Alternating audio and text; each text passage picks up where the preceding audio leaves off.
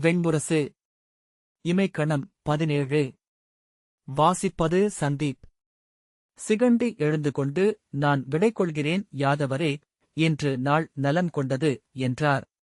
இளைய யாதவர் அவருடன் எழுந்து கொண்டு, உங்கள் ஐயங்கள் தீர்ந்துவிட்டனவா, என்றார்.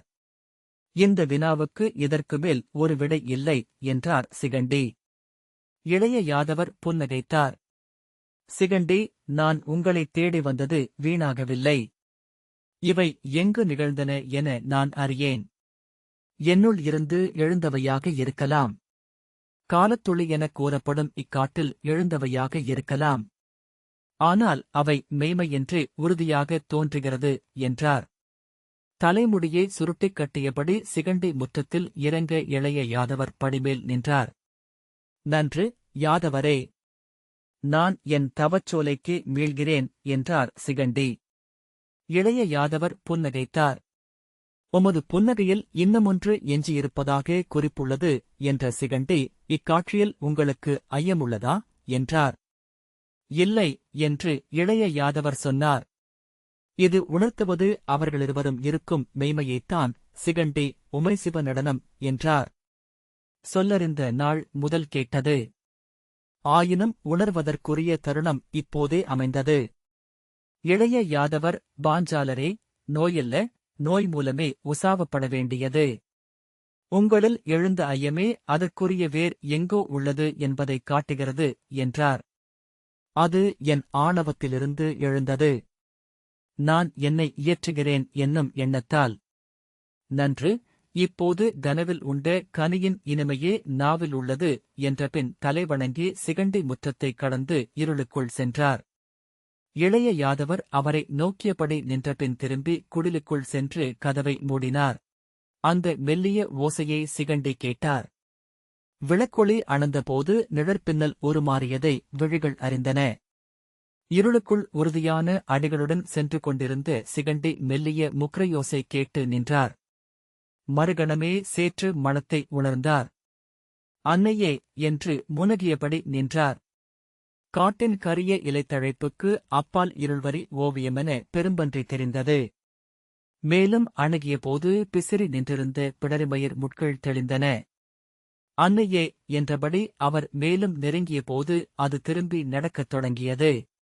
அவர் தொடர்ந்து செல்ல அதன் விரைவு மிகுந்து வந்தது. மூச்சிறைக்க மரங்களின் புதர்களினூடாக அவர் அதை துரத்திச் சென்றார். காட்டின் நடுவே இலைகளுக்கு அப்பால் மனோகரத்தின் ஒளி தெரிந்தது. மாபெரும் நாகவிழை என அது அசைவற்றிருந்தது. பெரும்பன்றி சென்று அதன் விளிம்புச் சேற்றில் இறங்கி நீரில் மூழ்கி மறைந்தது. அவர் நோக்கிக் கொண்டு கரையில் நின்றார். சுனை நடுவே மனோசிலை இருளொளியுடன் நின்றிருந்தது. பன்றி மேலெழும் என அவர் காத்திருந்தார். பின்னர் மெல்ல சுனை நோக்கிச் சென்றார். நீர் விளிம்பை அடைந்தபோதுதான் நீர் அசைவற்றிருக்கவில்லை என்றும் மிக விசையுடன் சுழன்று கொண்டிருக்கிறதென்றும் உணர்ந்தார். தயங்கிய பின் குனிந்து நீர்ச்சுழியைத் தொட்டார். களிறு தன் துதிக்கை நுனிவிரலால் என அவர் விரலைப் பற்றி பெருவிசையுடன் இழுத்து மூழ்கடித்து கொண்டு சென்றது சுழல். கணம் கோடி காதம் என சென்று அதன் விரைவு அனைத்தையும் அழித்து இன்மை என்றாக்கியது. உடலின்மை, உளமின்மை, தன்னிலையின்மை. அவர் இருண்ட பெருவெளியை நோக்கிக் கொண்டிருந்தார். அப்பெருவெளியில் ஒரு துளியென்றிருந்தபடி அவர் முன் எழுந்த பெரும்பன்றியின் உருவைக் கண்டார். அதன் மேழிமுகத்தின் மேல் சிறுபனித்துளி என புவி அமைந்திருந்தது. இடியோசையும் மின்னலொளியும் எழுந்தன. திசைகள் ஓங்காரமிட்டன. அவர் விழிப்பு கொண்டபோது மனோகரத்தின் விளிம்பில் சேற்றில் கிடந்தார். கையூன்றி எழுந்தமர்ந்தபோது பின்னிரவின் ஓசைகளை அறிந்தார். அனைத்தையும் மீளுணர்ந்து எழுந்தமர்ந்து விண்மீன்களை நோக்கினார்.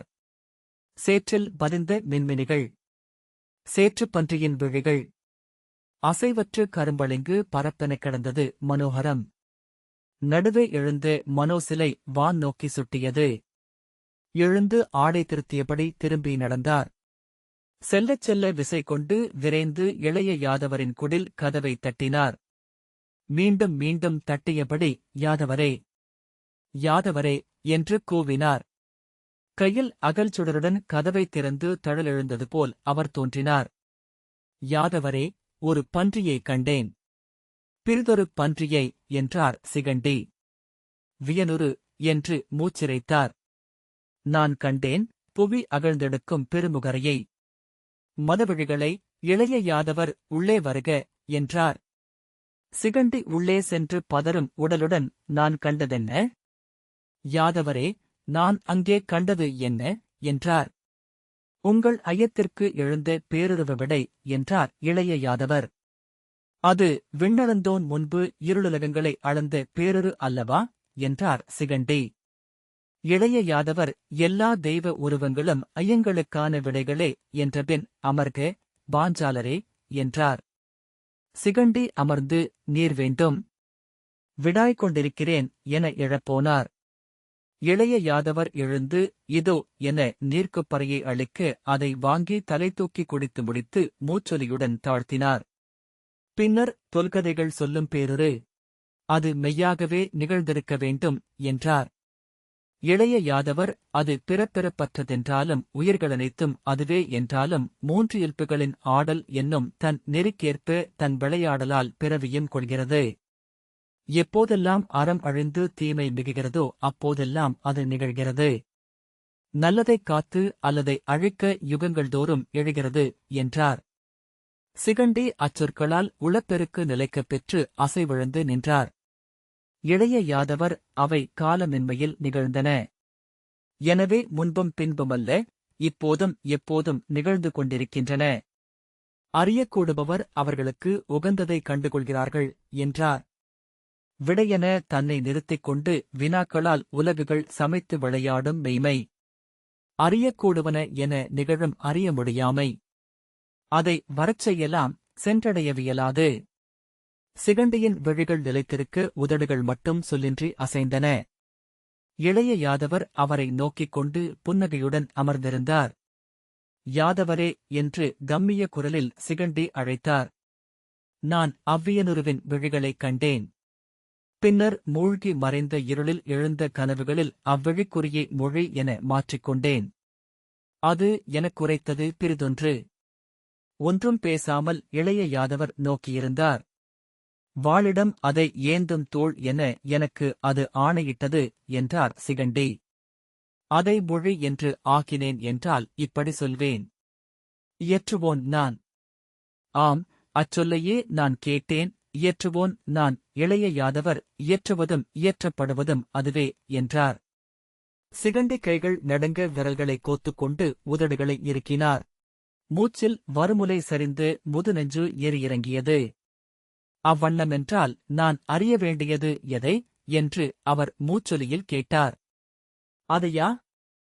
அதை மட்டும் என்று இளைய யாதவர் சொன்னார். அறிதலுக்கேற்ப வெளிப்படுவதும் வெளிப்படுமென்று மாறாமையே தன் நெறியாகக் கொண்டதுமான ஒன்று. ஐயங்கள் கோடி, விடை ஒன்றே.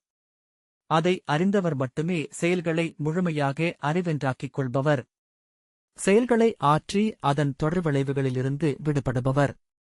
துயரும் உவகையுமின்றி அலைக்கடலுக்கு மேல் துருவமேன் என உலகச் செயலில் நின்றிருப்பவர். ஞானமென்பது நிலைகொள்ளுதலே. நிலைகொள்ளாமையே துயரம் எனப்படுகிறது. துயர் நீக்குவதே ஞானம் என்றனர் முனிவர். சிகண்டி கேட்டிருக்க நைமிஷாரண்ய பெருங்காட்டில் இளைய யாதவர் இவ்வண்ணம் சொன்னார். பாஞ்சாலரே, ஒவ்வொன்றும் மாறிக்கொண்டிருக்கும் வெளி இது. தழல் நின்றாடுகிறது. மலைகள் உருகி எழுகின்றன. நீர்க்குமிழிகள் உடைகின்றன. விண்கோள்கள் மறைகின்றன. முதற்பொருளிலிருந்து எழுபொருளுக்கு ஓயாதொழுகும் பெருக்கையே உலகென்று உணர்கிறோம். காலமென்று கணிக்கிறோம். இடமென்று பகைக்கிறோம். ஊழென்று விளக்குகிறோம். பிறிதொரு காலத்தில் ஒழுகிக் கொண்டிருக்கிறது சித்தம். சித்தம் பொருளை சந்தித்து உலகு சமைக்கிறது. நம்மைச் சூழ்ந்திருக்கும் ஒவ்வொன்றும் சித்தத் துளி சூடி நின்றிருக்கின்றன. சித்தம் பொருட்களை வேர்பரப்பி உண்கிறது. ஓடும் நதிமேல் ஓடும் முகிலின் நிழல் என நின்றுள்ளது உலகெனும் ஓவியம். இவையனைத்துக்கும் ஒருவென்று ஒன்றை அளிக்கும் பொருட்டு அது உருவம் கொண்டது. இவையனைத்தும் தனித்தன்மை கொள்ளும் பொருட்டு அது பிரிந்தது. இவையனைத்தும் இணைய விழைவதனால் அது ஒன்றாகியது. இவையனைத்தும் தங்களை கடக்க விழைவதனால் அது அப்பால் நின்றது. எல்லையில்லா வானை பன்னிரு களமென்று பகுத்து விருத்தமைக்கின்றனர் நிமித்திகர். அதில் கருக்களென்று அமைகின்றன உலகப் பொருட்கள். சுட்டுவிரல் தொட்டு துருவனை நிறுத்துகின்றனர். அம்மாறிலியில் இருந்து சென்று மாறுதல்களை அளக்கின்றனர். கணந்தோறும் மாறும் களத்தில் நிகழ்கின்றது கணந்தோறும் மாறும் உறவுகளின் பின்னல். சொற்களம் அமைத்தாடுகின்றனர் கவிஞர். இல்லமெனும் களம், ஊரெனும் நாடெனும் 100,000 களங்கள். களங்கள் தோறும் எழுகின்றன மாறிலிகள். மாற்றங்கள் மாறிலிகள் உருவாக்கும் தோற்றங்கள். இக்காட்டின் மாற்றங்களை அந்த மலைப்பாறையால் அறிகிறோம். அந்த மலையை மேலிருக்கும் விண்மீனால் அறிகிறோம். அதை அளக்கும் மாறிலி அதற்கப்பால் உள்ளது. முதல் மாறிலியே முழுமை. முதல் முழுமையில் தொட்டு எண்ணத் தொடங்குகின்றனர் கணக்கர். அது வெறுமையின் சுழி. எங்கெல்லாம் மாறிலியென ஒன்றை உணர்கிறோமோ அங்கெல்லாம் அதையே தொட்டறிகிறோம். மாறிலிகளின் நிறை தொடங்கியது அதில். சென்றடைவதும் அதிலேயே. நிலையின்மை காணும் மானுடர் நிலையென வகுத்துக் கொள்வது அதை. அறிவதற்கும் அறிவுக்கும் அறிபவனுக்கும் நடுவே அமையும் மையம். மாறுவன என்றே அனைத்தையும் அறிகிறோம். அவற்றில் மாறாத ஒன்றைக் காணும் பொருட்டே அனைத்து எண்ணங்களும் கணக்குகளும் அமைகின்றன. தொகுத்தறிய, வகுத்துச் சொல்ல, நிலைநிறுத்த முயலும் அனைத்துச் சொற்களும் அதையே திசை கொண்டிருக்கின்றன. அன்றாடத்தின் மாறிலியே ஒழுக்கம். ஒழுக்கத்தின் மாறிலி அறம். அறத்தின் மாறிலி புடவிப் பெருநெறி. அதன் மாறிலி ஒன்றுண்டு. அதுவே அனைத்தும். ஒவ்வொன்றிலும் உட்பொருளென்று நின்றிருப்பது அது. பாஞ்சாலரே, ஒருவர் தன் உணர்வால் நெறிகளை முற்றாக வகுக்க இயலாது. ஒரு சாரார் தங்களுக்குள் அறத்தை முடிவு செய்துவிட முடியாது. உங்கள் அன்னையின் வஞ்சமல்ல நீங்கள் கொண்டுள்ளது. உங்கள் தந்தைக்கு எதிரானதுமல்ல அவர்களும் நீங்களும் இங்கு இல்லாமலான பின்னரும் அது இருக்கும். ஏனென்றால் நீங்கள் இங்கு வருவதற்கு முன்னரே அது இருந்து கொண்டிருந்தது. அது மாறுவனவற்றின் மேல் மாறிலி கொண்டுள்ள விசை. ஆளுணர்வுகள், பெருஞ்சொற்கள் தனிநெஞ்சில் ஒரு நாவில் எழுவன அல்ல, அவை பெரும் பொதுமைகளுக்குரியவை. பெயரென்று குலமென்று நாடென்று நின்று அல்ல, பெண் என்று உயிரென்று நின்று எழுவன. இவையென்று ஆகி நின்றிருப்பதன் ஒலி என்று கேட்பன. அழிக்கப்படுவதில் எழுகிறது அழிவற்ற ஒன்று. அடக்கப்படுவதில் தோன்றுகிறது மீறிச் செல்வது. புரிந்து கொள்ளப்படாததில் விளைகிறது எளிதினும் எளிதானது. சிறுமை செய்யப்படும் ஒன்றில் எழுகிறது பெரிதினும் பெரிது. ஒவ்வொன்றும் பிறிதொன்றின் இடைநிகர் என நிற்பன. ஒவ்வொன்றும் பிறிதொன்றின் மறுபக்கம் என நிகழ்வன. ஒன்றில் நின்று நாமறிவதற்கு அப்பால் நிகரான அறியப்படாமை உள்ளது. பிழையற்ற கருவி தனக்கென விசையேதும் அற்றது. தன்னை ஏந்தியவனின் ஆற்றலை முழுக்கதான் ஏற்றுக்கொண்டது. இலக்குகளும் வஞ்சங்களும் வெற்றிகளும் வீழ்ச்சிகளும் தன்னுடையவை அல்ல என்று அறிந்தது. அது ஐயத்தால் விசை குன்றுவதில்லை. களத்தில் சுழல்கையிலும் முற்றிலும் விடுதலை பெற்றிருக்கிறது. அறிதல் என்பது ஆதலே. முற்றறிதல் எச்சமின்றி ஆதல். உண்டு உமிழ்ந்து கடலை அறிய முடியாது மீனால். கடலென்றாகும் மீன் அலைகளில் இருந்து விடுதலை பெறுகிறது. இளைய யாதவர் முன் அமர்ந்திருந்த சிகண்டி பெருமூச்சு விட்டார். இளைய யாதவர், பாஞ்சாலரே, நீர் சென்று உசாவ வேண்டிய ஒரு இடம் உள்ளது. உமக்கான ஆணை அங்கு எழக்கூடும். அங்கு செல்க என்றார். சிகண்டி வினாவுடன் நோக்க அவர் தன் முன் கைகளால் ஒரு களம் வரைந்தார். அதன் வடமேற்கே கையால் நீட்டித் தொட்டு இங்கு என்றார். சுதுத்ரி, பருஷ்ணி, அசிக்னி, விதஸ்தா, விபஸ், குபா, சுஷோமா என்னும் 7 சிந்துக்களின் நிலம். அதிலமைந்துள்ள பூவராகம் என்னும் சிற்றூர். அங்கு நீர் முன்பு சென்றதுண்டு. சிகண்டி ஆம் என்றார். இதைத் தொடுக என்றார் இளைய யாதவர். சிகண்டி அப்புள்ளியில் கை வைத்தார். மறுகணமே அவர் சிந்து நிலத்தில் சென்று கொண்டிருந்தார். இமயமலையிலிருந்து இறங்கி வந்த மென்வண்டல் படிந்த சிந்துவின் நிலம் கோதுமை பசுங்கடலாக அலையடித்துக் கொண்டிருந்தது. அவற்றின் கரைகளில் வைக்கோல் கூரைகள் கொண்ட வீடுகள் செறிந்த பல நூறு சிற்றூர்கள் ஓசை எழுப்பிக் கொண்டிருந்தன. சுதுத்ரியின் நடுவே மணல் மேடுகளில் நாணல் புதர்கள் காற்றில் உலைந்தன. குட்டை மரங்கள் இருந்த ஆற்றடைக்குறைகளில் வெண்ணாறுகள் கிளைகளில் அமர்ந்தும் வானில் சிறகு விரித்து எழுந்தும் மீண்டு வந்து அமைந்தும் உறக்க அகவியும் அழகூட்டின. எப்போதாவது ஒரு பெரிய மீன் நீரில் மேலெழுந்து மறைந்தது. சிந்து நிலத்தின் வெளிர் சிற்றூர்களில் சுற்றுவேலிகள் கிடையாது. சுற்றிச் சுழித்தோடும் ஆழமான நீரோடையே அரணாக அமைந்திருக்க அவற்றின் மேல் போடப்பட்ட மரப்பாலங்கள் ஊருக்குள் இட்டுச் சென்றன. மென்சேற்று நிலத்தில் மரத்தடிகளை ஆழ நட்டு அவற்றின் மேல் பலகையிட்டு வீடுகளை எழுப்பியிருந்தனர். வீடுகளுக்கு அடியில் கோழிகளும் ஆடுகளும் நின்றிருந்தன. வண்ணம் பூசப்பட்ட பலகைச் சுவர்களும் பொற்கூரைகளும் கொண்ட வீடுகள். ஊர்மன்று கூடும் அரசமரம் நடுவே அமைந்திருக்க சிறிய ஊர்கோயில்கள் 4 மூலைகளிலும் இருந்தன. அவற்றில் விஷ்ணுவும் சிவனும் கார்த்திகேயனும் கொற்றவையும் பூசனை கொண்டிருந்தனர். கற்களை அடுக்கி கூம்புக் கோபுரம் அமைத்து உள்ளே கல்பீடங்களில் சிறிய மண்சிலைகளாக தெய்வங்களை நிறுவியிருந்தனர். மெல்லிய தூறல் விழுந்து கொண்டிருந்தது.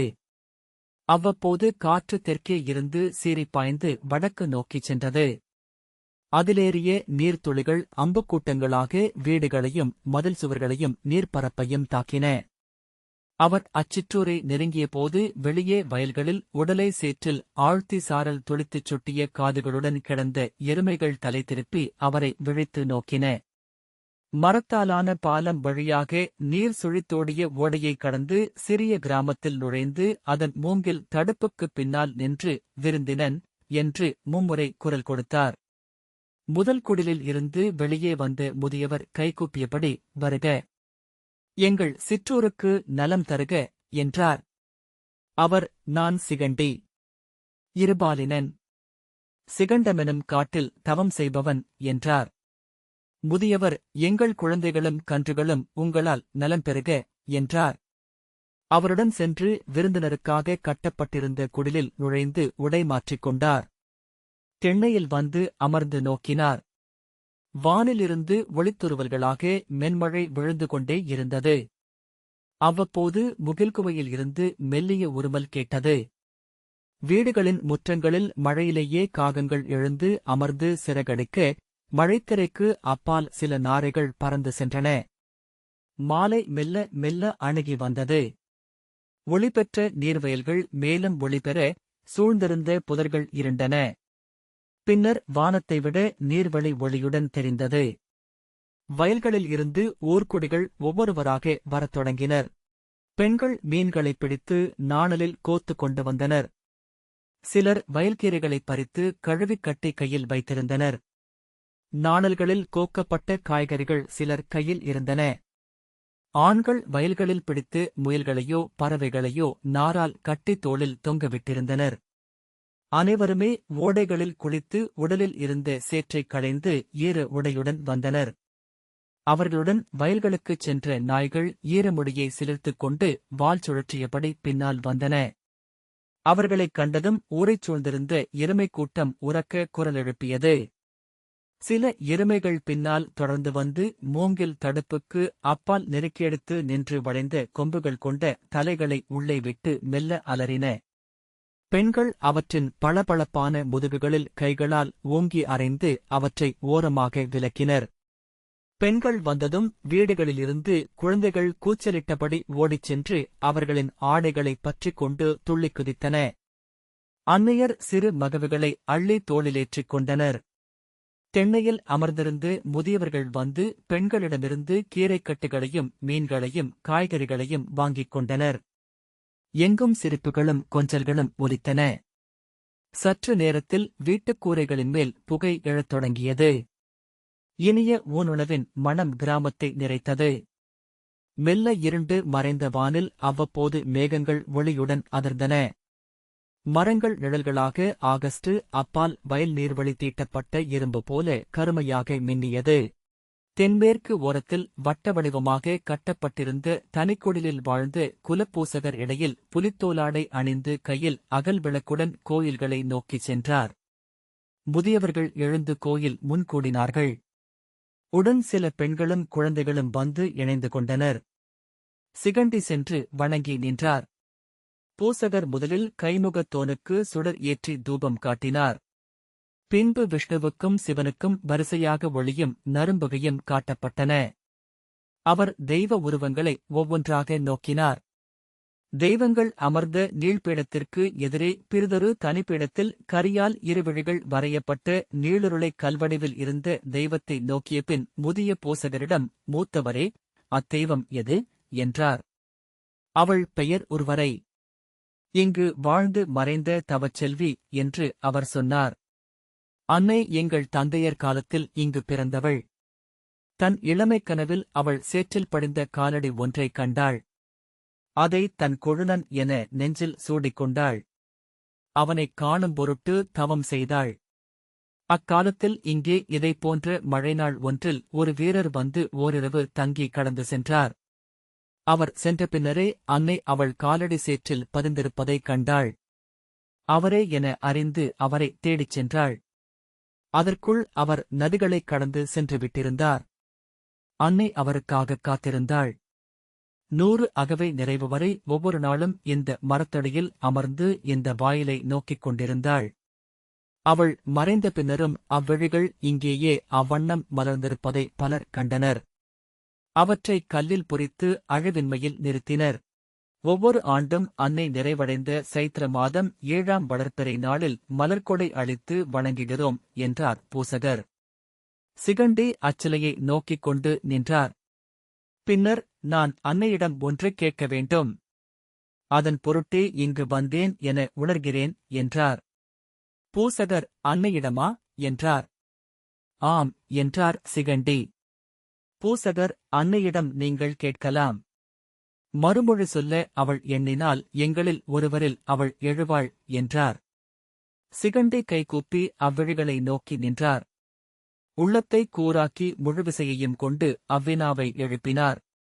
மீண்டும் மீண்டுமென அவ்வினா சென்று அறைந்தபடியே இருந்தது. பின் பெருமூச்சு விட்டு மீண்டும் ஒருமுறை தொழுதுவிட்டு தன் குடிலுக்கு திரும்பினார். 7 நாட்கள் அவர் அக்குடிலில் இருந்தார். ஒவ்வொரு நாளும் காலையிலும் மாலையிலும் அன்னையின் பூசனைக்கு மட்டுமே சென்றார். நின்று துளைவிட்டும் பின் ஓசையுடன் எழுந்தும் பெய்து கொண்டிருந்த மழையை உள்ளும் புறமும் என கேட்டுக் கொண்டிருந்தார். 7ஆம் நாள் அந்திப் பூசனை முடிந்து பூசகர் அனைவருக்கும் மலரளித்துக் கொண்டிருந்த போது 3 அகவை கொண்ட சிறுமி ஒருத்தி கையில் மலருடன் அவரை நோக்கி திரும்பி, ஓர் எண்ணத்தின் பொருட்டு ஒருவரை பலிகொள்வேன். ஒரு சொல்லின் பொருட்டு ஒரு குடியை, ஒரு செயலின் பொருட்டு ஒரு நகரை. எரித்துளி என்றே எழுகிறது என்றாள். கைகள் நடுங்க, அன்னையே என்று சிகண்டி சொன்னார். கையிலிருந்த மலருடன் தொழுதார். பிழைகள் பலிகளாலேயே நிகர் செய்யப்படுகின்றன என்று நிலைக்குத்திய விழிகளுடன் சிறுமி சொன்னாள். அவள் அன்னை குனிந்து, என்ன சொல்கிறாள் என்றாள். சிறுமி நிமிர்ந்து நோக்கி, அம்மா என்றபின் அவள் மேலாணையைப் பற்றியபடி கால் தளர்ந்தாள். முகம் தழைய மயங்கி அன்னையின் கைகளில் சரிந்தாள். சிகண்டி, நான் தேடி வந்த சொற்கள் இவையே என்றார். அன்னை தன் மகளைத் தூக்கி அருகிருந்த இல்லத்தின் தென்னை நோக்கிக் கொண்டு சென்றாள். மீண்டும் ஒருமுறை அன்னையை வணங்கி அனைவரையும் நோக்கி கைகூப்பிவிட்டு சிகண்டி கிளம்பினார். நைமிஷாரண்யத்தில் இளைய யாதவர் முன் மீண்டு வந்த சிகண்டி பெருமூச்சு விட்டார். வஞ்சத்திற்கும் அன்புக்கும் அப்பால் உள்ளது அறம். மானுடரை ஆளும் விசை கொண்ட அனைத்தும் மானுடம் கடந்தவையே என்று இளைய யாதவர் சொன்னார். சிகண்டி, ஆம், அழிவிலாத விழிநீர் நிகர் செய்யப்பட்டாக வேண்டும். அது தன் பாதையையும் படைக்கலங்களையும் கண்டடைகிறது என்றார். அறிவால் ஐயங்களை அகற்றி தன் பாதையை தெளிவு செய்க. அறிவு முழுமையாகவே செயலென்று ஆகும் நிலையே யோகம் என்றார் இளைய யாதவர். வணங்கி மறுசொல்லின்றி எழுந்து சிகண்டி வெளியே நடந்தார். இந்த வாசிப்பை கேட்டதற்கு நன்றி.